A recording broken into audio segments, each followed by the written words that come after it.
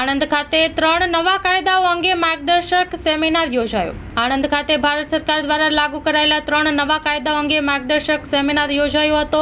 ભારત સરકાર દ્વારા જૂના કાયદા આઈપીસી, સીઆરપીસી અને એવિડન્સ એક્ટને રદ કરીને તેની જગ્યાએ 3 નવા કાયદા અમલમાં લાવવામાં આવ્યા છે। આ કાયદાઓ અંગે રાજ્યના વકીલોને માહિતગાર કરવા માટે કાયદાના સેમિનાર કરવા માટે નામદાર ગુજરાત હાઈકોર્ટ અને બાર કાઉન્સિલ ઓફ ગુજરાત દ્વારા દરેક બાર એસોસિએશનને સૂચના આપવામાં આવી છે। જેના અનુસંધાને Anand district bar association Anand દ્વારા નવા કાયદાની માહિતીથી જિલ્લાના વકીલોને માહિતગાર કરવા અંગે ડીએન હાઈસ્કૂલ આણંદ ખાતે સેમિનાર યોજવામાં આવ્યો હતો।